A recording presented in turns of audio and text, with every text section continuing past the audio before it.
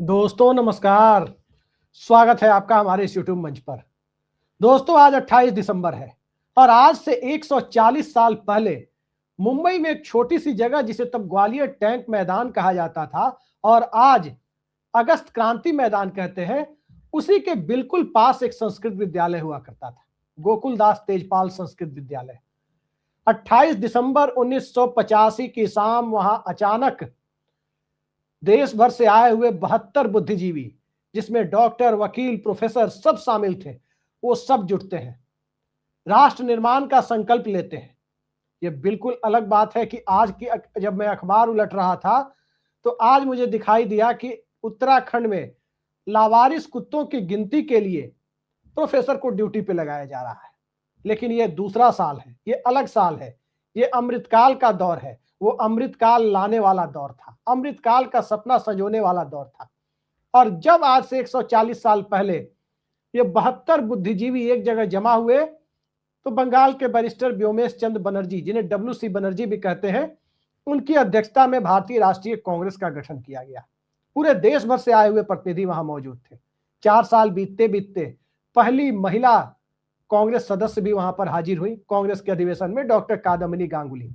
और 1915 तक जिसे निवेदन प्रतिवेदन की संस्था समझा गया, उसके बाद गांधी युग आया और गांधी युग और उसका समापन महात्मा गांधी के नेतृत्व में भारत की आजादी के साथ साथ उसकी मिशन के पूरा होने के साथ साथ जाकर संपन्न हुआ। कई सारी धाराएं, जिसमें हिंदू महासभा के भी लोग थे तो समाजवादी धारा के भी लोग थे, तमाम दूसरे धार्मिक संगठनों के भी लोग थे, यहां तक कि भारतीय कम्युनिस्ट पार्टी CPI, जिसकी स्थापना मानवेंद्र नाथ राय ने की थी, वो भी भारतीय कांग्रेस के बैनर तले ही शुरू हुई।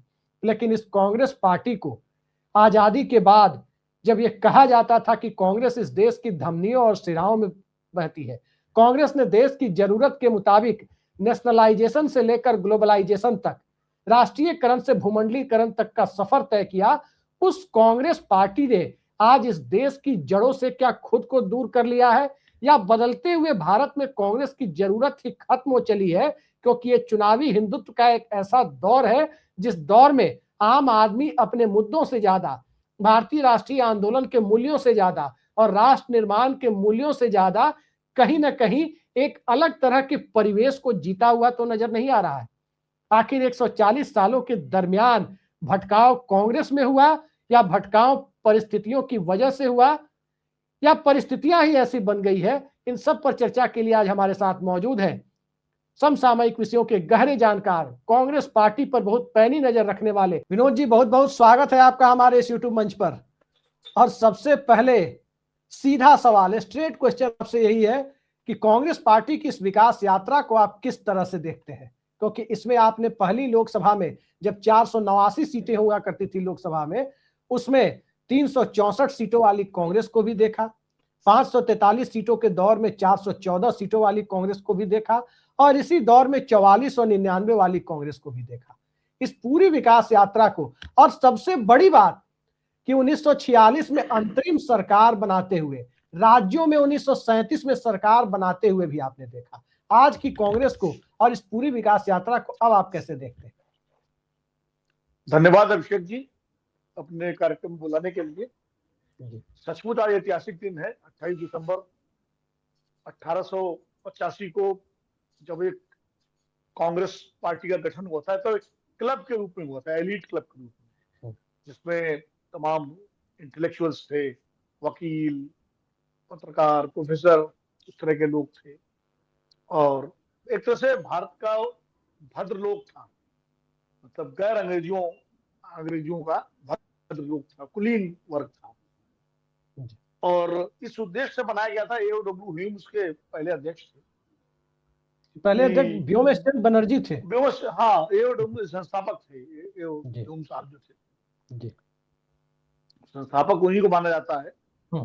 तो आइडिया ये था कि एक बफर ऐसा क्रिएट हो जो जनता की भावनाओं को बरतानिया सरकार तक पहुंचाए और सरकार से कुछ कंसेशन ले जनता के लिए, हित के लिए। और एक तरह से उस वक्त उसकी भूमिका थी, जो बरतानिया साम्राज्य था उसके सहयोगी की भूमिका, कि जो जन असंतोष है उस जन असंतोष की जो भाप है उसको निकालने के लिए प्रेशर कुकर होना चाहिए। तो वो उस भाव से उसका गठन हुआ था और अंग्रेज सरकार का आशीर्वाद भी था कि ठीक है कुछ लोग हैं, चूंकि इंग्लैंड में भी लगातार लोकतंत्र का विकास हो ही रहा था, तो उनको भी वहां के भी बुद्धिजीवियों को और शासन को लगा, वहां की सरकारों को, कि चलिए एक कॉलोनी है हमारी भारत और एक इस तरह का इंस्टीट्यूशन बने जो एक संवाद के रूप में काम करे तो जिसके साथ डील किया जा सके। लेकिन और उस वक्त गोपाल कृष्ण गोखले और बाल गंगाधर तिलक जैसे नेता भी थे, दादा भाई नौरोजी वगैरह भी। बाल गंगाधर, हाँ दादा नहीं, मैं दो नाम इसलिए ले रहा हूँ कि बाकी तो बहुत सारे नेता थे, दादा भाई नौरोजी भी थे, अली, लेकिन दो नाम, ये दो धाराएं थी इसलिए दो नाम ले रहा हूँ। लोकमान्य तिलक की एक जिसको कहते हैं गरम दल वाली धारा थी और गोखले की नरम दल वाली धारा थी, और बाद में लाल बाल पाल का एक पूरा त्रिगुट बना और पूर्ण स्वराज का नारा तिलक महाराज ने सबसे पहले दिया। उसके बाद जब गांधी जी की एंट्री होती है कांग्रेस में जी, तो गांधी जी की एंट्री के बाद कांग्रेस एक जन संगठन का रूप लेता है और कांग्रेस का जो क्लब था वो जन संगठन का रूप लेकर के कांग्रेस धीरे धीरे धीरे धीरे वो 1919 का वो आंदोलन, फिर असहयोग आंदोलन, खिलाफत आंदोलन, बहुत सारे आंदोलनों के जरिए वो फिर 1942 के भारत छोड़ो आंदोलन तक की यात्रा है और कांग्रेस पूरे देश के स्वतंत्रता आंदोलन की वाहक पार्टी बन जाती है। एक वाहक ऐसा मंच बन जाता है जो पूरे भारत के स्वतंत्रता आंदोलन को लीड कर रहा है और सिर्फ भारत ही नहीं, ब्रिटिश साम्राज्य की जो दूसरी कॉलोनियां थी, दूसरे प्रदेश थे, वहां भी इस आंदोलन का असर पड़ता है अपने तरीके से। तो ये कांग्रेस आजादी के पहले कांग्रेस एक आंदोलन थी, एक मंच था जिसपे नमूदरी पाद जैसे लोग भी थे, श्रीपद टांगे जैसे लोग भी आए जिसमें थे, आपने एम एन राय का जिक्र किया, जिसमें कुछ समय तक केशव राव बलिराम हेडगेवार जो राष्ट्रीय स्वयंसेवक संघ के संस्थापक थे वो भी रहे कुछ समय तक। तो एक तरह से जो भारत की जो तमाम धाराएं थी, सुभाष चंद्र बोस जैसे क्रांतिकारी भी थे उसमें, तमाम धाराएं थी जो कांग्रेस के भीतर थी। ठीक है, एक क्रांतिकारियों की धारा थी जो कांग्रेस से अलग थी, भगत सिंह, चंद्रशेखर आजाद, राम प्रसाद बिस्मिल, अशफाक उल्लाह खां और शाफिकर बंधु वगैरह, लेकिन मुख्य धारा कांग्रेस की, जहां खुदाई खिदमतगार से लेकर के सीमांत गांधी से लेकर के फ्रंटियर गांधी से लेकर के, मतलब जो भारत विभाजन का है ना विरोध करने वाले बादशाह खान से लेकर के भारत विभाजन की नींव रखने वाले मोहम्मद अली जिन्ना तक जी इस कांग्रेस से जुड़े रहे। तो कांग्रेस एक ऐसा महासागर थी जिसमें तमाम नदियां थी, तमाम धाराएं थी। और आजादी के बाद जो आपने जिक्र किया 1946 में अंतिम सरकार बनी और फिर 47 में भारत आजाद हुआ और एक लंबी यात्रा कांग्रेस की। जब देश आजाद हुआ उस वक्त कांग्रेस ही कांग्रेस थी। विपक्ष के नाम पर कौन था? विपक्ष के नाम पर कांग्रेस से ही निकले हुए समाजवादी थे जो कांग्रेस पार्टी के हिस्सा रहे थे और जिन्होंने संविधान सभा में जाना स्वीकार नहीं किया था, और वो सोशलिस्ट लोग जो थे वो ही विपक्ष थे जी। बाद में जनसंघ भी आया विपक्ष के रूप में, लेकिन जनसंघ की कोई बहुत ज्यादा उसका आधार नहीं था। स्वतंत्र पार्टी बनी जिसमें राज्य रजवाड़ों का समर्थन था, लेकिन कांग्रेस का एक छत्र राज था, कश्मीर से कन्याकुमारी और कच्छ से कामरूप तक जो है कोहिमा तक कांग्रेस ही कांग्रेस थी। लेकिन नेहरू के जाने के बाद 1967 तक आते आते उत्तर भारत में कांग्रेस का तिरस टूटने लगा था। पहली बार उत्तर भारत में, उत्तर प्रदेश, बिहार, मध्य प्रदेश, तमाम राज्यों में विपक्ष की सरकारें बनी, सम्मिश्र सरकार, क्योंकि वो किसानों के सवाल, मजदूरों के सवाल, पिछड़ों के सवाल, वो सारे सवाल गर्म हो रहे थे। आजादी मिल चुकी थी, आजादी के बाद जो सपने देखे गए थे सपनों में बहुत कुछ काम भी हो रहा था, लेकिन तमाम असंतोष था वो भी उभर रहा था। और उसके बाद सम्मिश्र सरकारें बनी, फिर इंदिरा गांधी आती है, इंदिरा गांधी का दौर आता है, मतलब लंबी यात्रा है, सबको मालूम है हम लोगों को। अब हम कांग्रेस का जो उत्कर्ष काल था वहां से लेकर के 1977 में पहली बार कांग्रेस केंद्र की सत्ता से बाहर होती है, क्योंकि 1975 में 25 जून को जो आपातकाल घोषित किया था इंदिरा गांधी ने, वो कांग्रेस के इतिहास में। लेकिन विनोद जी, क्या कांग्रेस सत्ता से बाहर हुई या कांग्रेस ही सत्ता में आ गए 77 में? मोरारजी देसाई से लेकर चरण सिंह और जगजीवन राम या पार्टी अध्यक्ष चंद्रशेखर सब तो कहीं ना कहीं कांग्रेस से जुड़े हुए लोग थे। नहीं, वो तो ठीक है, तकनीकी रूप से आप कह सकते हैं, लेकिन कांग्रेस पार्टी संस्थागत रूप से तो सत्ता से बाहर हुई ना।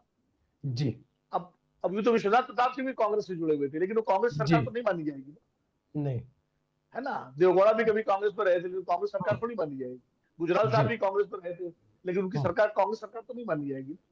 तो हम्म, इसलिए मैं कह रहा हूं कि कांग्रेस संस्थागत रूप से सत्ता से, केंद्र की सत्ता से 1977 में बाहर हुई, और 1975 में 25 जून को जो आपातकाल लगाया इंदिरा गांधी ने, वो कांग्रेस के इतिहास में, भारतीय लोकतंत्र के इतिहास में, आजादी के बाद जो भारत का इतिहास है उसमें काला दाग बनकर के सामने आया। और खुद किसी और ने नहीं, श्रीमती इंदिरा गांधी ने इसको महसूस किया, उन्होंने ही चुनावों की घोषणा की, सारे जी विपक्षी नेताओं को जेल में रहते हुए, और ये जानते हुए कि इन चुनावों में उनको नुकसान उठाना पड़ सकता है।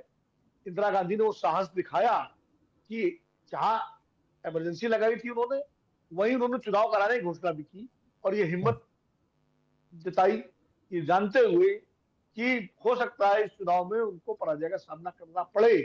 उन्होंने हम्म, चुनाव होने दिए, और ईमानदारी से होने दिए, जी। और नतीजा ये हुआ कि पूरे उत्तर भारत में कांग्रेस का सफाया हो गया। दक्षिण में जरूर कांग्रेस जीती, और कांग्रेस पहली बार सत्ता से बाहर हुई। हम्म, लेकिन वो इंदिरा गांधी की संघर्ष क्षमता थी, क्योंकि स्वतंत्रता आंदोलन से वो निकल के आई थी बचपन में, जी। तो 2.5 साल के अंदर ही अंदर वो वापस सत्ता में आ जाती है। और वो बेलछी में जिस तरह गई हाथी पर सवार होकर के, और नहीं जिस नहीं, तरह उन्होंने विनोद जी जनता यहाँ मैं पार्टी माफी के, चाहूंगा, आपको रोक रहा हूँ। ये पूरी विकास यात्रा जो आपने बताई इस पर तो हम चर्चा करेंगे ही। बड़ा सवाल यह है कि कांग्रेस पार्टी के भीतर जो कहा जा रहा था कि कई सारी विचारधाराओं का, हर आइडियोलॉजी के लोगों का एक कॉमन प्लेटफॉर्म कांग्रेस पार्टी हुआ करती थी। चाहे वो हिंदुत्ववादी धारा के लोग हों, चाहे वामपंथी धारा के लोग हों, समाजवादी धारा के लोग हों। और ये एरा शुरू होता है घोषित तौर पर कहे, अघोषित तौर पर तो 1915-16 के पहले भी था, लेकिन घोषित तौर पर कहे तो गांधी युग से। गांधी युग शुरू होता है कहां से? 1916 के लखनऊ अधिवेशन में, आपको याद होगा, आपने हमसे सबने पढ़ा है कि लखनऊ अधिवेशन में चंपारण से एक किसान पहुंचते हैं, राजकुमार शुक्ल। राजकुमार शुक्ल लखनऊ अधिवेशन में पहुंचकर गांधी जी से चंपारण पहुंचने की अपील करते हैं, और वहां से गांधी का फुटप्रिंट शुरू होता है भारत के अंदर, और उसको गांधी एरा की शुरुआत कर सकते हैं। हालांकि गांधी की विचारधारा से ओतप्रोत कांग्रेस पूरी तरह से बनती है 1920 में, असहयोग आंदोलन के समय, और आज तक कांग्रेस के ऊपर गांधी की विचारधारा का प्रभाव है। क्या आज की परिस्थितियों को जब हम देखते हैं तो ऐसा लगता नहीं आपको कि महात्मा गांधी की विचारधारा को कमजोर करने की जो साजिशें हैं वो कहीं ना कहीं अब संस्थागत रूप से की जा रही है? जो पहले दबे ढके तरीके से लोग कहते थे, अब वो संस्थागत रूप से, और जो कहे कि बेशर्मी के साथ की जा रही है, जिसका मुकाबला करने में कांग्रेस पार्टी अभी आइडियोलॉजिकल लाइन तो ले रही है, लेकिन वो जमीन पर उतर कर नहीं पा रही है। दिक्कत कहां है? विचारधारा का भटकाव भारत की जनता के अंदर है, या कांग्रेस पार्टी के अंदर है, या संघर्ष क्षमता का अभाव कांग्रेस पार्टी के अंदर है? देखिए अभिषेक जी, आपने जो बात की कि कांग्रेस में हर धारा के लोग से, तो मैं हिंदी के बहुत ही मूर्धन्य संपादक रहे हैं राजेंद्र माथुर साहब, जी जिनके नेतृत्व में मैंने काम किया है, और मुझे पत्रकारिता में मेरा चयन करने वाले भी वही थे। जी उनका एक बड़ा मशहूर वाक्य था, लेख संपादकीय था, और जी। ये संपादकीय उन्होंने उस दौर में लिखा था जब विश्वनाथ प्रताप सिंह राजीव गांधी के खिलाफ जन मोर्चा बना करके कांग्रेस के खिलाफ पूरा अभियान चलाए हुए थे, और कांग्रेस उसका मुकाबला नहीं कर पा रही थी इस तरीके से, और लग रहा था कि कांग्रेस हार जाएगी। तब माथुर साहब ने लिखा था कि कांग्रेस इस देश की सर्वानुमति का प्रतीक है। समझ रहे हैं? जी कांग्रेस इस देश की सर्वानुमति का प्रतिनिधित्व करती है, यानी उसमें दक्षिण भी है, उत्तर भी है, पूरब भी है, पश्चिम भी है, अगला भी है, पिछड़ा भी है, हिंदू भी है, मुसलमान भी है, वामपंथी भी है, समाजवादी भी है, दक्षिणपंथी भी है, सब है उसमें, जी। मुस्लिम लीग वाले भी हैं उसमें, सब, यानी सर्वानुमति का प्रतिनिधित्व करती है, सर्वानुमति की प्रतीक है। और अगला जो वाक्य था वो इससे भी ज्यादा लोडेड था, कांग्रेस का ध्वंस हमको 1947 के पीछे वाले भारत में पहुंचा देगा। जी तो आज आप देखिए क्या स्थिति हो रही है कि कांग्रेस का ध्वंस हमको 1947 के उस दोराहे पे खड़ा कर देगा जब देश बटा था। तो ये जी। राजेंद्र माथुर जी का बहुत प्रसिद्ध लेख था उसके 2 वाक्य मैंने उद्धृत किए, इनसे आप जी। समझ सकते जी। हैं। अब मैं आता हूँ आपके प्रश्न पर हम्म।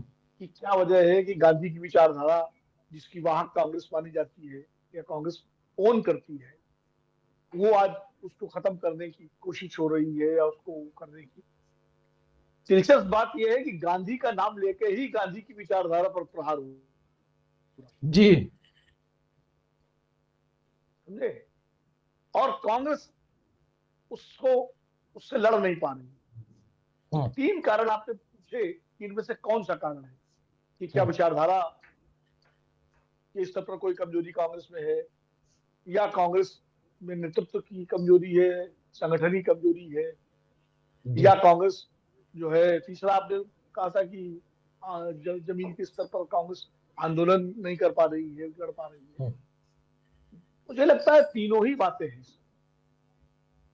कांग्रेस जो है, पहली बात, इंदिरा गांधी के बाद, मैं इसलिए वो गिना रहा था आपको, लेकिन चलिए कट शॉर्ट करते हैं। हम्म। इंदिरा गांधी के बाद राजीव गांधी का कालखंड एक 5 साल का छोड़ दीजिए, क्योंकि राजीव गांधी को जो अपार जीत मिली थी वो उनके कारण नहीं मिलती, इंदिरा गांधी की हत्या से जो सहानुभूति जी। मिलती थी उसका बहुत बड़ा योगदान। और जब राजीव गांधी प्रधानमंत्री बने तब उनको कांग्रेस के बारे में बहुत कुछ नहीं पता था, भारत के बारे में बहुत ज्यादा नहीं जानकारी, हम्म। इसीलिए इतना अपार बहुमत के बावजूद वो संभाल नहीं पाए। और उनको विश्वनाथ प्रताप सिंह ने एक, मतलब मैं तो अब यही कहूंगा, अब मैं कह सकता हूँ कि एक फर्जीवाड़ा वाली पर्ची निकाल करके कि मेरी जेब में बोफोर्स की पर्ची पड़ी हुई है, इसमें कौन है, आज वो बोफोर्स कहीं नहीं है, खत्म हो गया, कोई जी। एक व्यक्ति को उसमें सजा नहीं मिली, समझे, और राजीव गांधी को हरा दिया। लेकिन बाद में राजीव गांधी ने बहुत कुछ सीखा था, बहुत समझा था, कोशिश की थी, अगर उनको दूसरा चांस मिलता तो शायद वो कांग्रेस को और देश को कुछ दे सकते थे, लेकिन दुर्भाग्य से उनकी हत्या हो गई। राजीव गांधी के बाद जब कांग्रेस नरसिम्हा राव ने संभाला तो Narasimha Rao stop gap arrangement जी। थी। नरसिम्हा राव कांग्रेस के स्वाभाविक नेता नहीं थे, हम्म। वो स्वाभाविक नेता नहीं थे, लेकिन चूंकि परिस्थितियों वरिष्ठ के थे, प्रधानमंत्री थे। परिस्थितियों ने उनको प्राइम मिनिस्टर बना दिया था। फिर भी उन्होंने कुछ डिलीवर किया, जैसे आर्थिक सुधार और काफी चीजें, कुछ चीजें कोशिश की, लेकिन कांग्रेस इसी दौर में अपनी मूल विचारधारा से दूर भी होने लगी। पहला जी। जो कांग्रेस की जो मजबूत जो बात थी, धर्मनिरपेक्षता की, जो कांग्रेस की पहचान थी, एक स्ट्रांग सेकुलर पार्टी, हम्म। वो राजीव गांधी के दौर में कांग्रेस वो भूमिका धीरे धीरे छोड़ने लगी। वो कभी इधर कभी उधर, दोनों को, वो बजाय सेकुलर पार्टी होने के वो अपीजिंग पार्टी बनने लगी कि जी। मुसलमानों को खुश करना था तो शाबानों वाला फैसला पलट दो, हिंदुओं को खुश करना है तो शिलान्यास, ताला खुलवा दो, हम्म। शिलान्यास करवा दो। तो बैलेंसिंग एक्ट जो कांग्रेस ने किया, ये सेकुलर पार्टी का कैरेक्टर नहीं था, ये जी। अपीजिंग, हिंदू भी खुश रहे, मुसलमान भी खुश रहे, अपीजमेंट वाला कैरेक्टर। हम्म। और उसके बाद नरसिम्हा राव ने अयोध्या के मुद्दे को कोशिश की सुलझाने की, उसमें असफल रहे, उसके बाद उन्होंने सरेंडर कर दिया पूरी तरह से। जी। राष्ट्रीय स्वयंसेवक संघ और जो मंदिरवादी ताकतें थी, हिंदुत्ववादी ताकतें, उनके सामने एक तरह से उन्होंने सरेंडर कर दिया नरसिम्हा राव जी ने। और वहीं से कांग्रेस का की जो सेकुलर विचारधारा थी उसका विचलन शुरू हुआ। जी। और उसकी परिणति ये हुई कि कांग्रेस का एक बड़ा हिस्सा जो उसकी विचारधारा कारण से जुड़ा हुआ था, जिसमें माइनॉरिटीज भी थी और तमाम लोग थे, वो धीरे धीरे उससे दूर होते चले गए। और जब वो दूर हुए तो जाहिर है दूसरा और बड़ा तबका दूर हुआ। और इसी दौर में भारतीय जनता पार्टी ने अपने को मजबूत किया, राष्ट्रीय स्वयं संघ ने मजबूत किया, और मंदिर आंदोलन के जरिए वो सफलता की सीढ़ियां चढ़ने लगी। और नरसिम्हा राव के बाद अटल जी बने, फिर वो प्रयोग हुआ, 6 साल अटल जी रहे। और अब मैं फिर कांग्रेस पे आता हूँ क्योंकि वो विषयांतर हो जाएगा। जी। 2004 में जब कांग्रेस आती है दोबारा सत्ता में यूपीए के जरिए, तो कांग्रेस ने एकदम दूसरा एक्सट्रीम लिया। नरसिम्हा राव के समय जो उन्होंने सरेंडर किया था हिंदुत्ववादियों के सामने, सोनिया गांधी के समय कांग्रेस ने सरेंडर कर दिया तथा कथित धर्मनिरपेक्षतावादियों के सामने। मैं जी। तथाकथित इसलिए लगा रहा हूं कि वो धर्मनिरपेक्षतावादी नहीं थे, वो जी। मुस्लिम परस्ती राजनीति थी। हम्म। तो पहले आपने हिंदू परस्ती राजनीति के सामने समर्पण किया, और 2004 के बाद जो सोनिया गांधी की टीम थी, वो जो लोग थे, उन्होंने सेकुलरिज्म के नाम पर जो मुस्लिम परस्ती की राजनीति थी सामाजिक न्याय के नाम पर जो तमाम क्षेत्रीय शक्तियां आ गई थी जी और उनके आगे कांग्रेस ने अपने को एक तरह से, और वो उसकी छवि जो पहले शाबानों के बाबरी मस्जिद टूटने के बाद एक एंटी मुस्लिम छवि बनी थी, वही छवि उसकी एंटी हिंदू की बन गई। तो न खुदाई मिला ना मिसाले सनम, माइनॉरिटी कांग्रेस से पहले दूर हो गया था, मेजोरिटी दूर होता जा रहा था, वो भी दूर हो गया। नहीं, लेकिन विनोद जी, जी विनोद जी, इस एक बड़ा महत्वपूर्ण पहलू ये आता है कि किसी भी विचारधारा को आगे ले जाने के लिए सांगठनिक क्षमता बहुत महत्वपूर्ण होती है, और जब हम संगठन की बात करते हैं तो सबको सुनना पड़ता है। कल का वाकया आपने देखा होगा, एक दिग्विजय सिंह से जुड़ा हुआ प्रसंग, जब उन्होंने एक पुरानी फोटो लगा करके कोरा से मिला है और इसको उन्होंने संगठन की ताकत को समझाने का प्रयास किया। मैं नहीं जानता दिग्विजय सिंह की मंशा क्या है, कई लोग राज्यसभा से जोड़ रहे हैं, कुछ कर रहे हैं, लेकिन हम फ्लैशबैक में जाकर देखते हैं तो कांग्रेस में असहमति की आवाज के कई महत्वपूर्ण उदाहरण मिलते हैं। मसलन 1939 त्रिपुरी अधिवेशन को आप देख लीजिए। त्रिपुरी अधिवेशन में पट्टाभी सीतारमैया गांधी जी के कैंडिडेट थे, बावजूद वे चुनाव हारते हैं।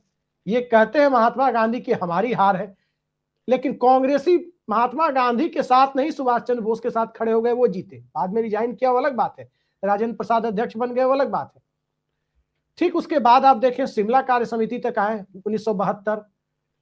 उस समय चंद्रशेखर, मोहन धारिया, ये सब लोग कैसे चुन करके CWC में आ जाते हैं इंदिरा गांधी की मर्जी के अगेंस्ट। ठीक, अब हम बात तिरुपति अधिवेशन की करें, 1992 में शायद तिरुपति में ही हुआ था कांग्रेस का महाधिवेशन। तिरुपति अधिवेशन की बात करें तो राजेश पायलट, उस वक्त आप जान रहे हैं कि नरसिम्हा राव के साथ कैसे इक्वेशन थे, बावजूद उसके वो सबसे ज्यादा वोट से जीतकर CWC में आए। लेकिन असहमति की आवाज को विद्रोह नहीं समझा गया। अब जरा बाद के दौर को हम देखते हुए चलते हैं तो कई सारी असहमतियां दिखती है। हालांकि इसमें मैं शरद पवार, PS संगमा, तारिक अनवर का जिक्र नहीं कर रहा, वो एक अलग तरह की बात थी, उसको असहमति के दायरे में नहीं रखता। शशि थरूर की बातों को देखिए, ठीक इसी तरह से संगठन को लेकर आवाज उठाने वाले दूसरे लोगों को देखिए। एक दौर में G23 बना, उसे देखिए।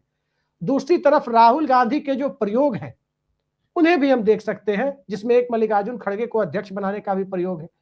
इन सारे प्रयोगों को देखने के बाद जब हम ये देखते हैं कि कांग्रेस पार्टी सॉल्यूशन तक नहीं पहुंच पा रही है, और सॉल्यूशन सबसे बड़ा यही है, जनता से सीधे जुड़ने का, कनेक्ट करने का।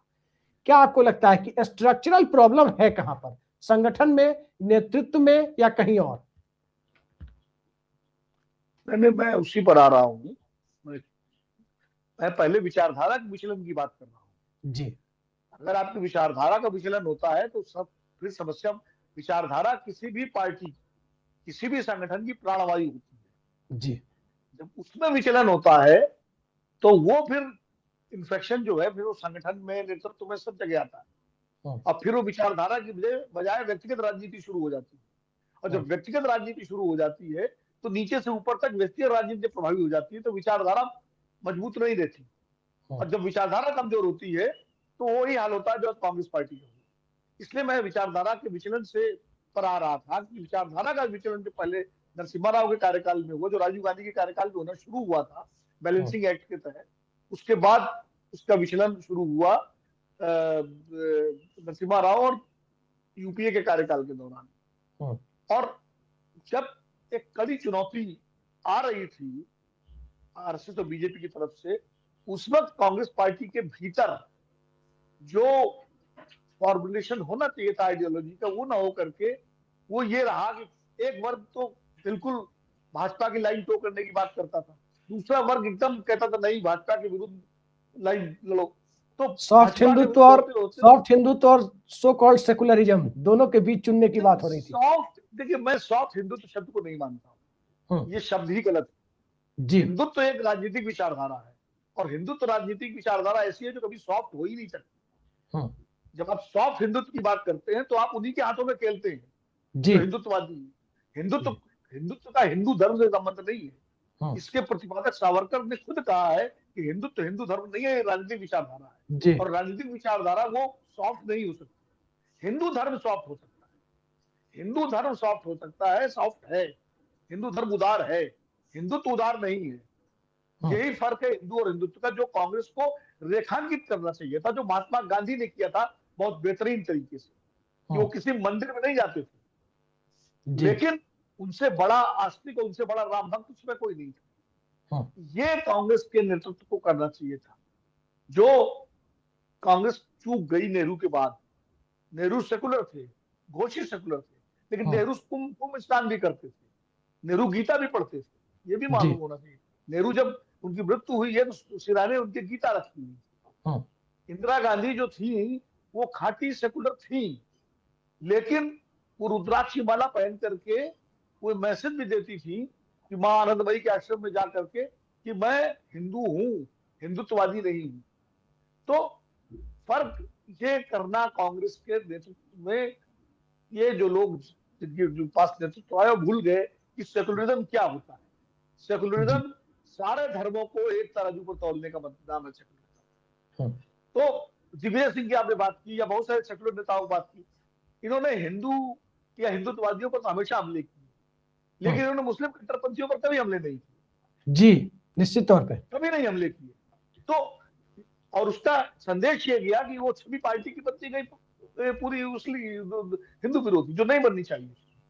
गांधी जो है अगर हिंदुत्ववादियों के खिलाफ थे तो मुस्लिम कट्टरपंथियों के भी उतने ही खिलाफ थे। इसलिए तो मैं वही कह रहा था, वो 2004 के बाद जो कांग्रेस थी, और कांग्रेस में वैचारिक शिक्षण का कार्यक्रम बिल्कुल खत्म हो गया जी। नीचे के स्तर पर संगठन बिल्कुल डिफंक्ट हो गए। जो स्टडी सर्कल और जो विचारधारा की बात होती थी वो बिल्कुल खत्म हो गई। नीचे के कार्यकर्ताओं को कांग्रेस की विचारधारा के बजाय कांग्रेस की सत्ता से प्यार था, और जैसे जैसे कांग्रेस सत्ता से दूर होने लगी वो सारे कार्यकर्ता ज्यादातर जो है वो दूसरी पार्टियों की तरफ जाते गए, सुविधा के अनुसार जहां सत्ता मिल सकती थी। आप देखिए राहुल गांधी की टीम के बड़े बड़े नेता कहां चले गए, और ये कहते हुए गए कि साहब पार्टी बीजेपी से लड़ नहीं पा रही, और गए कहां बीजेपी में गए। मतलब अभिषेक ये कहते हुए कि विनोद अग्निहोत्री से लड़ नहीं पा रहा हूं, अब विनोद अग्निहोत्री साथी आ जाए तो कितने ईमानदार है विचार के। नहीं, वैचारिक आधार पर तो टीम बनी ही नहीं थी जो राहुल गांधी वाली टीम थी 2004-9 के दरमियान। वही मैं कह रहा हूं कि 2004 से लेकर 2014 तक जो 10 साल का समय था कांग्रेस के शासन का, उस पर विचारधारा में जो किया जाना चाहिए था वो पार्टी ने कुछ भी नहीं किया। उसने इंटेलेक्चुअल स्तर पर, बौद्धिक स्तर पर न पार्टी के भीतर कोई इस तरह, आज का पार्टी कांग्रेस में एक विचार प्रकोष्ठ हुआ करता था, आपको बताऊं जी। विचार प्रकोष्ठ का काम था उसमें बुद्धिजीवी जो कांग्रेस से minded, secular minded, freedom movement की आइडियोलॉजी से जुड़े हुए लोग थे, उनको सबको जोड़ करके और कांग्रेस के कार्यकर्ताओं के प्रशिक्षण का कार्यक्रम था। आज वो विचार प्रकोष्ठ कहाँ है, कहीं सुना आपने नाम? वो विचार प्रकोष्ठ केंद्र में भी होता था संगठन में और हर राज्य में होता था जी। विचार प्रकोष्ठ कांग्रेस सेवा दल जो एक तरह से आरएसएस जैसा, सुरेश पचौरी हुआ करते थे उसके प्रेसिडेंट, हाँ, जो मजबूत संगठन था। आज कांग्रेस सेवा दल खत्म है, फ्रंटल ऑर्गेनाइजेशन के नाम पर। तो राहुल का आज की बात अगर हम करें, आज की बात हम करते हैं, राहुल गांधी कांग्रेस को वैचारिक धरातल पर लाने की पूरी कोशिश कर रहे हैं, लेकिन समस्या ये है कि संगठन के स्तर पर कांग्रेस बिल्कुल शून्य है। लेकिन ये शून्य क्यों नहीं होगी सर, आप ये बताइए। मैं आपके सामने एक छोटा एग्जाम्पल रखता हूं, दर्शकों को आसानी से समझ में आएगा इसलिए रखता हूं। 1983 में कपिल देव की टीम वर्ल्ड कप जीती और 2011 में महेंद्र सिंह धोनी की टीम वर्ल्ड कप जीती।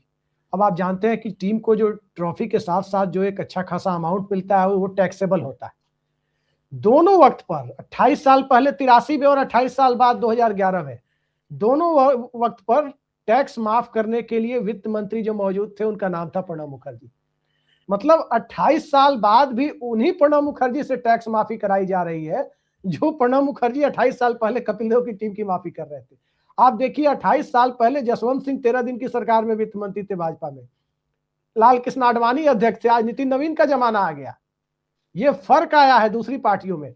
और कारण क्या है कि कांग्रेस पार्टी में जो नई टीम बनी, जो आप कह रहे हैं बिल्कुल सही है, विचारधारा के आधार पर जुड़ी हुई टीम नहीं है, पुराने लोगों से लंबे समय तक काम कराया गया, जनरेशनल शिफ्ट नहीं हुआ। और जनरेशनल शिफ्ट के साथ जो मूल सवाल है सर वो ये है कि राहुल गांधी एक टीम से धोखा खाए। मुझे याद है कि जब हम लोग स्टूडेंट हुआ करते थे और एक टीम आई थी राहुल गांधी की, उसमें हुआ करते थे आरपीएन सिंह, जतिन प्रसाद, ज्योतिरादित्य सिंधिया, सचिन पायलट, वो पीएम सईद साहब के जो बेटे थे, नाम मैं भूला, हमीदुल्ला सईद, ये एक पूरी टीम आई थी, मीनाक्षी नटराजन। अब उसमें इक्के दुक्के लोग कांग्रेस में बचे हुए हैं, लेकिन उनको रिप्लेस करने के लिए राहुल गांधी जिस टीम को लेकर के आए हैं, अब उस टीम को भी जरा देख लीजिए। वो टीम है कन्हैया कुमार और उस तरह के लोग, कृष्णा अल्लावरू, ये एक टीम है। और साफ साफ दिखता है कि राहुल गांधी की टीम के एक्सपेरिमेंट के मामले में एक्सट्रीम एंड पर जा रहे हैं। मैं क्या कह रहा हूं आप समझ पा रहे हैं शायद। राहुल गांधी एक एक्सट्रीम एंड पर जा रहे हैं, एक से दूसरी तरफ। क्या आपको लगता है कि इससे कांग्रेस पार्टी का भला हो जाएगा? देखिए, मैंने जो राजेंद्र माथुर जी को उद्धृत किया था ना, कांग्रेस के लिए वही मूल मंत्र है कि कांग्रेस इस देश की सर्वानुमति का प्रतीक जब तक नहीं बनेगी, फिर से सर्वानुमति का प्रतीक बनना पड़ेगा उसको। और मैं जो कह रहा हूं, आपने बिल्कुल ठीक कहा, बहुत अच्छे नाम लिया। जो पुरानी टीम राहुल गांधी की थी, जो 2004 से 2014 के बीच बनी थी, वो सब नेता पुत्रों की टीम थी जी। ज्योतिरादित्य सिंधिया, जितिन प्रसाद, आरपीएन सिंह, सचिन पायलट, सुष्मिता देव, ये सारी टीम जो थी, ये गौरव जी गोगोई, है ना, आप और आप नाम लीजिए, जो भी नाम लीजिए, दीपेंद्र हुड्डा जी, आप, मिलिंद देवड़ा, पारिवारिक पृष्ठभूमि, हाँ मिलिंद देवड़ा, सारे लोग जो है पारिवारिक पृष्ठभूमि वाले थे। सब बड़े बड़े कांग्रेस के नेताओं के बेटे थे, परिवारों से। कोई बुराई नहीं है, देखिए किसी का बेटा होना और अच्छी बात है, अपने पिता की पार्टी में थे वो लोग, लेकिन वैचारिक रूप से भी उनको उतना ही मजबूत होना चाहिए था कि जिस पार्टी में उनके पिता रहे, आज वो उस पार्टी को छोड़ के दूसरी पार्टी में चले गए, तो इसका मतलब विचारधारा रूप से कमजोर थे, वैचारिक रूप से। और क्योंकि बाई चांस, जैसे मैं एक हिंदू परिवार में पैदा हो गया तो मैं हिंदू हूं, तो अगर या आप एक हिंदू परिवार पैदा हो गए तो आप हिंदू है, तो संयोग से आप पैदा हो गए किसी बड़े नेता क्या, तो आप कांग्रेसी हो गए, भाजपा नेता क्या पैदा हो गए, भाजपा ही हो गए, क्योंकि परिवार में पैदा हो गए। लेकिन विचार से जुड़ा होना एक अलग चीज। अब जो आपने बात की मौजूदा टीम की, तो मौजूदा टीम जो है, अब कन्हैया कुमार मूलतः वामपंथी कम्युनिस्ट पार्टी के कार्यकर्ता रहे, ठीक है, या और जो आप दो चार नाम, कृष्णा अल्लावरू के बारे में बहुत ज्यादा नहीं जानता, उनकी क्या बैकग्राउंड, वैचारिक पृष्ठभूमि क्या है, या केसी वेणुगोपाल को ले लीजिए।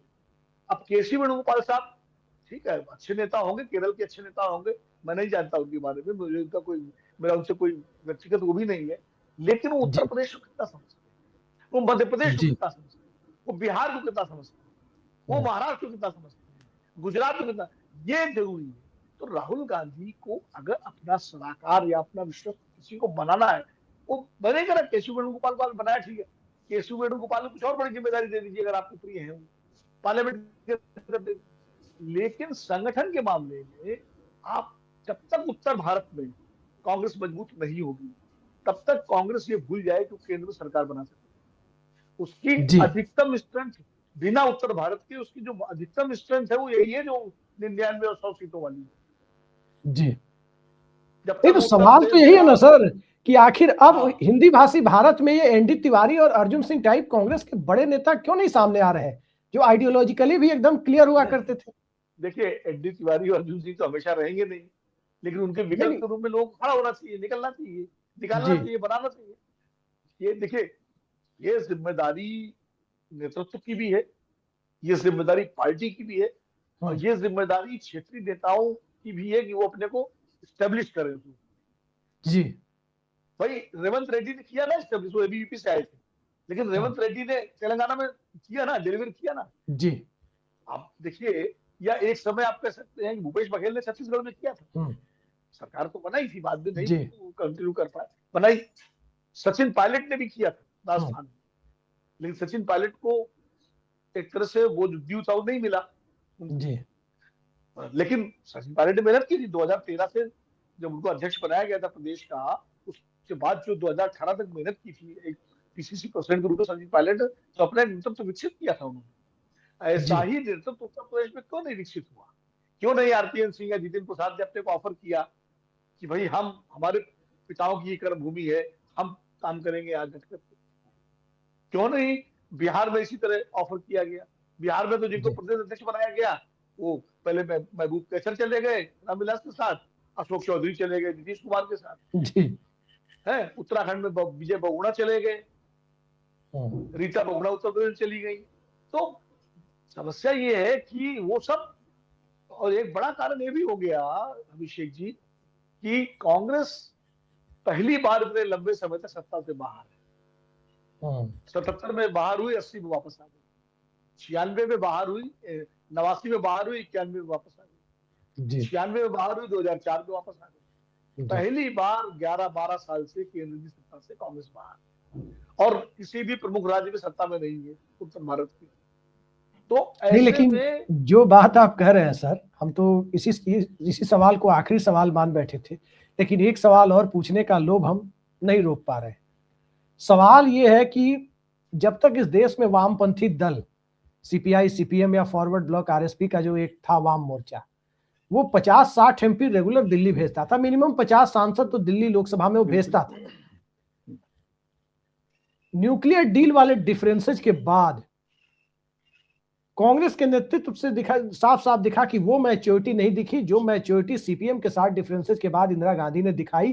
तमाम राज्य सरकारों को बर्खास्त किया, लेकिन सीपीएम की राज्य सरकारों को बर्खास्त नहीं किया 1980 में। कांग्रेस पार्टी ने ममता बनर्जी के साथ मिलकर पश्चिम बंगाल में कांग्रेस को, सीपीएम को, वाम मोर्चा को कमजोर करने में कोई कसर नहीं छोड़ी। और साफ साफ अब दिखता है, हम लोग भी तब मुखर्जी नगर रहते थे जिस समय वाम मोर्चा डूब रहा था, साफ साफ लगता था कि हर चाय की दुकान पर एक राइट विंग आइडियोलॉजी का काउंटर मौजूद है, एक्सट्रीम राइट का एक लेफ्ट के रूप में काउंटर मौजूद है। और जब काउंटर मौजूद होता है तो सर ये मानव स्वभाव है कि आदमी को एक्सट्रीम एंड समझ में आता है, और तब मध्य मार्ग की भाषा और धारा लोगों को ज्यादा समझ में आती है। उस पश्चिम बंगाल में और वाम मोर्चे को कमजोर करना, क्या आप मानते हैं कि कांग्रेस पार्टी की बहुत बड़ी भूल थी? क्योंकि जैसे ही वो विकेट गिरता है 2014 में नरेंद्र मोदी आ जाते हैं, भाजपा आ जाती है। कांग्रेस पार्टी की सबसे बड़ी भूल थी ममता बनर्जी को न संभाल पाना। जी, ममता बनर्जी तो कांग्रेस की फाइटर लीडर थी, और ममता सीताराम बनर्जी को केसरी नहीं संभाल पाए थे। नहीं तो ये भूल क्या है, तो ब्लंडर था ना। जी ममता बनर्जी क्या चाहती थी? ममता बनर्जी प्रदेश कांग्रेस का नेतृत्व करना चाहती थी, जी लेकिन प्रणब मुखर्जी, प्रेमदास मुंशी और तमाम कांग्रेस के जो दूसरे नेता थे बंगाल के, वो ममता बनर्जी को नहीं आने देना चाहते थे। जबकि ममता बनर्जी के अंदर पोटेंशियल था कि वो राज्य की वो नेतृत्व दे सकती थी कांग्रेस को बंगाल में, लेकिन कांग्रेस ने उनके पोटेंशियल को नहीं समझा, और उसके बाद ममता बनर्जी ने पार्टी छोड़ के अपना पोटेंशियल दिखा दिया। और कि क्या है, तो सबसे बड़ी भूल तो कांग्रेस की थी कि अपने नेताओं के पोटेंशियल को न समझ पाना या जानबूझ के न समझना, और ऐसे नेताओं को खो देना। वो बंगाल में ममता बनर्जी हो, वो आप जो है क्या कहते हैं, आंध्र प्रदेश में राजशेखर रेड्डी ने पोटेंशियल शो किया, बाद में आपने जगन रेड्डी को खो दिया, मतलब उनको खो दिया। इसी तरह हर राज्य में आप देखिए ऐसे नेता थे जो कुछ करने की स्थिति में थे, लेकिन उनको आगे नहीं बढ़ने दिया गया, तमाम सारे कांग्रेस की जो कॉकस राजनीति थी उसके चलते, और उसका नतीजा ये हुआ कि कांग्रेस खत्म होती चली गई इन राज्यों से। उत्तर प्रदेश का ही हाल देख लीजिए, अच्छे नेताओं अभी देखिए ना, जनता दल से आए हुए लोग जॉर्ज फर्नांडिस के शिष्य माने जाते हैं, सिद्धारमैया, वो कांग्रेस पार्टी के चेहरे हैं। भक्त चरण दास चंद्रशेखर जी के शिष्य माने जाते हैं, वो उड़ीसा में चेहरे हैं, लेकिन वो कांग्रेस को री एनर्जाइज कर पा रहे हैं। कांग्रेस के जो पुराने नेता हैं, जो राहुल गांधी ने जिन्हें खड़ा किया, वो लोग री एनर्जाइज नहीं कर पाए। ये बड़ा मतलब विरोधाभासी दिखाई देता है थोड़ा।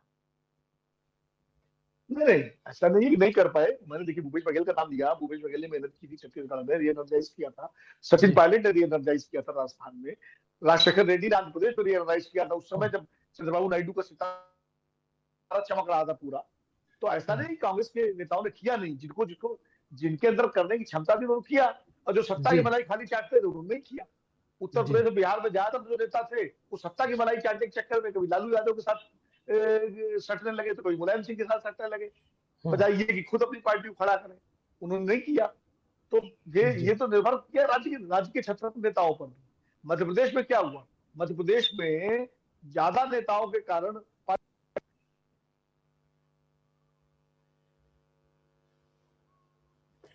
उसके कारण दोनों कारण है, केंद्रीय नेतृत्व भी जिम्मेदार है और क्षेत्रीय नेता भी जिम्मेदार है। आज दिग्विजय सिंह ने जो बात कही है, अच्छी बात कही है, मैं समर्थन करता हूं उनकी बात का, कि उन्होंने संगठन की तारीफ की है और उन्होंने कहा कि भाई संगठन ऐसा होना चाहिए। लेकिन मध्य प्रदेश में जो संगठन क्षमता का ह्रास हुआ उसके लिए कौन कौन लोग जिम्मेदार है? इस पे बैठ के श्वेत पत्र निकालना चाहिए ना दिग्विजय जी को और कमलनाथ जी को। ये सब ज्यादा यही दूर सब कब जा लोग रहे हैं? जिम्मेदार है। जी 2023 के चुनाव, 2023 के चुनाव में किस तरह झगड़ा सामने आ गया था दोनों का। प्रेस कॉन्फ्रेंस में कह रहे हैं कपड़े फाड़ लो, ये कर लो, और नतीजा क्या हुआ? जीता वो चुनाव हार गए। जी हरियाणा में शैलजा और हुड्डा की जिस तरह लड़ाई हुई, तो ये तो क्षेत्रीय नेताओं की भी जिम्मेदारी। मैंने कहा ना, जब विचार की राजनीति खत्म होती है तो व्यक्ति की राजनीति शुरू होती है, और ये जी विचार की राजनीति क्योंकि खत्म हुई, तभी ये व्यक्ति की राजनीति शुरू हुई कांग्रेस में पिछले 15-20 जी सालों से। क्या हमेरा गुट, तुम्हारा गुट, उनका गुट। मैं आपको छोटी सी घटना बताता हूं, इसको चर्चा को फिर हम लोग विराम देंगे। जी मैं एआईसीसी में बैठा हुआ था सत्यव्रत चतुर्वेदी जी कमरे में। सत्यव्रत जी चतुर्वेदी उसमें महासचिव होते थे कांग्रेस के, और बड़े प्रखर नेता थे। अब तो रिटायर हो गए, वो एक तरह रिटायर कर दिए गए, हो क्या गए। हाँ, शाहजहां रोड पे यूपीएससी के सामने रहते थे। हाँ, नहीं मैं वहां बैठा था एआईसीसी में जी उनके कमरे में। जी कुछ लोग आए मध्य प्रदेश से और आके उन्होंने नमस्ते नमस्ते किया और कहा कि हम तो साहब आपके आदमी हैं पार्टी में। तो सत्यव्रत जी ने बड़े जोर से कहा कि भाई कोई मेरा आदमी है, कोई सिंधिया का आदमी है, कोई दिग्विजय सिंह का आदमी है, कोई कमलनाथ का आदमी है। अरे कांग्रेस का कोई आदमी है कि नहीं? मेरे पास कोई ये कहने क्यों नहीं आता कि मैं कांग्रेस का आदमी हूं। जी तो कितनी बड़ी बात कही थी उन्होंने। तो ये जो चीज हो गई ना कांग्रेस में, कि ये मेरा आदमी है, ये दिग्विजय का आदमी है, ये फलाने का आदमी है, ये कमलनाथ का है, ये सिंधिया का है, ये गोरा का है, ये उनका है, अहमद पटेल का है, जनार्दन द्विवेदी का है, ये जो शुरू हो गया ना, तो विचार तो पीछे छोड़ दिया, अब विचार जी खत्म हो गया। तो उसमें फिर आप आपस में लड़ रहे, फिर आप चुनाव जीतने से ज्यादा आपकी दिलचस्पी है दूसरे का आदमी न जीत पाए, तो हार रही पार्टी। बीजेपी में क्या होता है, बीजेपी में अभी विचार जिंदा है, जी वहां भी व्यक्तिवादी राजनीति है, वहां भी बहुत कुछ कमियां हैं जो होती है, लेकिन अभी विचार उनका मरा नहीं। उनका हिंदुत्व की राजनीति जो है, और उस विचार के कारण उनका जो मूल कार्यकर्ता है, जो मूल कैडर है, वो चुनाव तक टिकट बंटवारे तक भले एक दूसरे की खींचतान करे, लेकिन एक बार पार्टी फैसला कर देती है तो फैसले को मान लेता है और वो चुनाव में लग जाता है अपने विचार के लिए। जी यहाँ तो विचार की समस्या है, और वहां विचार जिंदा रहने का सबसे बड़ा कारण है राष्ट्रीय स्वयंसेवक संघ। राष्ट्रीय स्वयंसेवक संघ का पीछे होना बैक में, वो उस विचार को जिंदा रखे हुए। अगर राष्ट्रीय स्वयंसेवक संघ नहीं होगा तो भाजपा भी कांग्रेस की तरह हो जाए। कांग्रेस की समस्या यही है, कांग्रेस के पीछे कोई वैचारिक प्रतिष्ठान नहीं है। जो जी वैचारिक प्रतिष्ठान होना चाहिए, जो कांग्रेस कांग्रेस एक पार्टी की तरह काम करे, लेकिन एक वैचारिक प्रतिष्ठान होना चाहिए जो शायद सर्वोदय बन सकता है। जो जेपी और ये तमाम लोग जो गए थे कांग्रेस से अलग होकर, वो जी वैचारिक प्रतिष्ठान बन सकता था, लेकिन वो वैचारिक प्रतिष्ठान बना नहीं।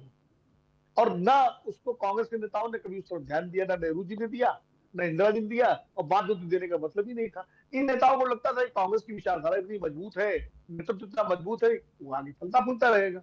लेकिन जी वो धीरे धीरे विचार कमजोर होता गया, क्यों? कोई वैचारिक प्रतिष्ठान नहीं था।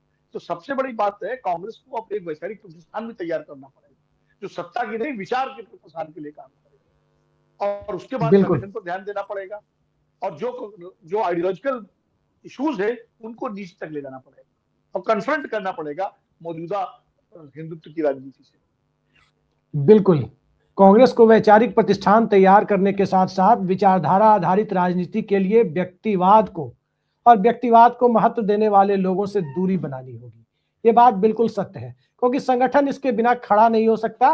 विनोद अग्निहोत्री जी ने कांग्रेस पार्टी के इतिहास से लेकर वर्तमान तक किस प्रकार की खामियां कांग्रेस में आई और किस प्रकार से सिस्टम, तंत्र पार्टी की विचारधारा पर हावी हुआ, फिर पार्टी पर हावी हुआ, और फिर उसके साथ साथ नेतृत्व की मानसिकता पर जो हावी हुआ, उसने कांग्रेस अभिषेक, पार्टी को जी अब एक छोटी सी बात और कह दूं। जी जी मनोदशा की बात करते हो, मानसिकता की, कांग्रेस कैसे जो है।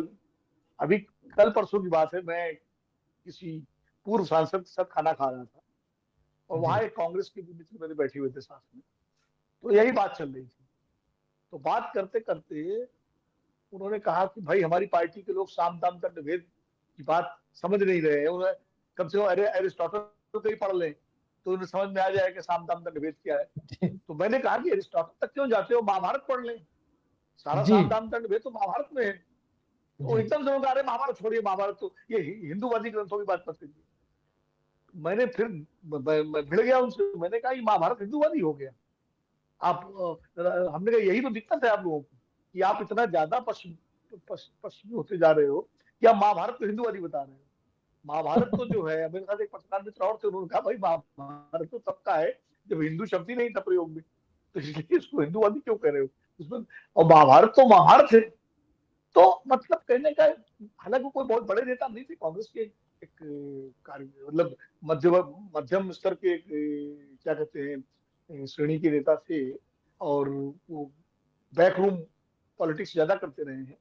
तो लेकिन मैं मतलब बता रहा हूँ ये आप बात जो कह रहे हैं उसको हम आम बोलचाल की भाषा में कहें सर, तो डॉक्टर कर्ण सिंह जैसे लोगों को कांग्रेस पार्टी को अपना वैचारिक गुरु के तौर पर मौजूदा दौर में देखना चाहिए। नहीं, बहुत लोग है ना, जनार्दन द्विवेदी जी है हाँ, भाई, उनसे जनार्दन द्विवेदी उन्हीं से कहने का सीखो। मतलब वही है कि उस तरह के लोग जो हाँ, है। अभी जी भी कई लोग हैं ऐसे। तो वो जी जो भाई वही तो है ना, कि पंडित कमलापत त्रिपाठी जब बैठते थे तो उनका टीका जी और उनकी चोटी और उनकी धोती वो प्रतीक थी कांग्रेस की। जी तो कौन हिंदू कांग्रेस से दूर भागता। और पंडित जी सही सेकुलर बात। भी थे, ऐसा जी नहीं कि पंडित जी सेकुलर नहीं थे। पंडित जी ने पहली बार बनारस अलीगढ़ मुस्लिम विश्वविद्यालय के नहीं छात्र नहीं, संघ के नेताओं को बुलाया सर और कहा मेरा भाई देश मानना को। है, सर व्यक्तिगत तौर पर मेरा मानना है कि कोई धार्मिक व्यक्ति ही धर्मनिरपेक्ष हो सकता है। तो कोई ये जो नास्तिक व्यक्ति धर्मनिरपेक्ष हो ही नहीं सकता। नास्तिक व्यक्ति कभी धर्मनिरपेक्ष नहीं हो सकता। और नहीं, ये जो लोग ना ही कोई ढोंगी धर्मनिरपेक्ष हो सकता है। सीधी सी ये बात है। जो ये जो मानसिकता है ना, तो कांग्रेस को इससे उभरना पड़ेगा। आप बीजेपी की लाइन या संघ की लाइन मत टोकरिए। आप भले मंदिर मंदिर चक्कर न लगाएं, लेकिन आप जो है अपने आचरण से अपने आप को साबित करें कि आप बहुत शानदार भारतीय हैं, जी जिसमें जो भारतीयता का जो सम्मिश्रण है। क्योंकि आपको भारतीयता का नैरेटिव देना पड़ेगा, हिंदुत्व के जी नैरेटिव के जवाब में भारतीयता का नैरेटिव देना पड़ेगा। और भारतीयता ज्यादा बड़ा व्यापक शब्द है, उसमें हिंदू भी है, मुसलमान भी है, सिख भी है, ईसाई भी है, अगड़ा भी है, जी पिछड़ा भी है, दलित भी है पूरब भी है, पश्चिम भी है, उत्तर भी है, दक्षिण भी है। बड़ा व्यापक शब्द है, वही हमारी पहचान है। तो हमारी जी पहचान तो भारतीय की है ना दुनिया में। तो जी बिल्कुल। भारतीयता के नैरेटिव को जब तक कांग्रेस नहीं पढ़ के लाएगी, सामने लाएगी कि भारतीयता ये है, तब तक बात नहीं बनेगी। क्रिसमस के दिन जी अगर छोटे छोटे गरीब बच्चों की जो सेंटा क्लॉज की टोपी छीन बेच रहे हैं, उनकी उनकी पिटाई की जाएगी, तो वो भारतीयता नहीं है। वो कुछ भी हो, वो भारतीयता नहीं बिल्कुल ऐसा है। ये कभी हो ही नैरेटिव नहीं कांग्रेस सकता, का। हाँ, क्योंकि जो हमारी गंगा जमुनी तहजीब है और जो वसुधैव कुटुंबकम का सिद्धांत है, वो वसुधैव कुटुंबकम का सिद्धांत कभी किसी को टोपी और टीका के आधार पर भेदभाव की इजाजत नहीं देता, कभी किसी को कपड़ों के आधार पर पहचान की इजाजत नहीं देता, और न ही किसी भी तरह की धार्मिक पहचान को लेकर टॉन्ट करने, व्यंग करने की इजाजत देता है। मौजूदा दौर में कांग्रेस पार्टी को भारतीयता के जो मूलभूत तत्व हैं उनके साथ चलना होगा, और संगठन को आम जनता से जोड़ने के लिए जनता के मिजाज में, चूंकि भारत का मिजाज कहीं से नास्तिक समाज का नहीं रहा है, भारत का मिजाज एक निश्चित तौर पर ऐसे धर्मनिरपेक्ष समाज का रहा है जिसमें सभी धर्मों के लोगों को समान रूप से जगह मिली है, समान रूप से सम्मान मिला है। लेकिन आज की तारीख में भारतीय जनता पार्टी जो चाहती है, संघ की विचारधारा जो चाहती है, बिल्कुल उसी दिशा में एक प्रोवोकेशन की कोशिश जो कहते हैं, उसमें पूरी तरह ना सही तो आंशिक तौर पर ही सही कई बार कांग्रेसी ट्रैप होते हैं, और नतीजा ये दिखता है कि वो ट्रैप होना ही, भले ही वो छोटा सा हिस्सा हो, कहीं ना कहीं भारतीय राजनीति को चुनावी रूप से और वैचारिक रूप से भी काफी हद तक प्रभावित करने की स्थिति में चला जाता है। 1885 से लेकर 1947 तक का दौर ऐसा नहीं था, और उस दौर में तमाम तरह के भटकाव की कोशिशों को कांग्रेस नेतृत्व की मैच्योरिटी ने, उनकी एक तरह से जो परिपक्वता थी, उसने इस चीज को खत्म किया, वो होने नहीं दिया जो आज हो रहा है। लेकिन क्या कांग्रेस पार्टी इससे सबक लेती हुई दिखाई देती? देखते हैं अगले एक आध साल में बहुत कुछ दिखेगा कि कांग्रेस पार्टी किस दिशा में जा रही है, और क्या वाकई भारत के धर्मनिरपेक्ष मूल्यों के साथ जो कांग्रेस के मूल्य हैं, उन कांग्रेस के मूल्यों को जो आम आदमी व्यावहारिक रूप में रग रग में जीता है, क्या उसके साथ कांग्रेस पार्टी खुद को जोड़ पाती है? देखते हैं क्या होता है। आज इस बेहद सार्थक चर्चा में जुड़ने के लिए विनोद अग्निहोत्री जी, आपने समय निकाला, बहुत बहुत धन्यवाद आपका। नमस्कार। नमस्कार, आपका भी बहुत बहुत आभार।